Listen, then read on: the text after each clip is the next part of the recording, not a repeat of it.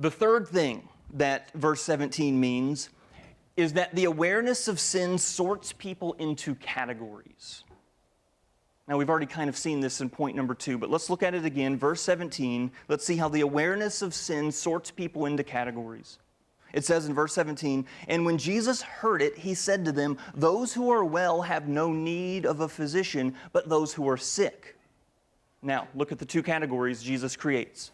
"I came not to call the righteous, but sinners." And so Jesus now has two categories for people. The righteous, defined as those who think themselves in such a condition that they have no spiritual need. And then sinners is the second category, defined as those who are poor in spirit and know themselves in spiritual need. And so notice Jesus' categories. You see, people like to sort people into groups today to organize society. People like to sort people into categories. Okay, well, let's play that game. Let's sort people into the categories that Jesus wants us to sort them into. What are they? Righteous and sinners. Jesus doesn't say, "I came to call the poor but not the rich." And he doesn't say, "I came to call the rich but not the poor." He doesn't say, "I came to call the oppressed but not the oppressor." He doesn't say, "I came to call the women but not the men." He doesn't say, "I came to call the black but not the white."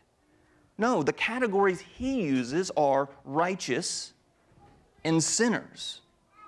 "I came not to call the righteous, but sinners."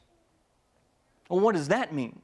I mean, I thought Jesus came for everybody. And here Jesus is saying, as he defines his mission, "I came not to call this entire group of people." What is that supposed to mean? I thought Jesus came for everybody. Well, it means, as Peter Crave says again, that the same light that fulfills some threatens others. It means that the divine nature of Christ, the justice of Christ, the righteousness of Christ, the holiness of Christ, Christ's unselfish love and self-sacrifice and willingness to suffer is good, true, and beautiful to Christians. But it is hell to those who think themselves righteous.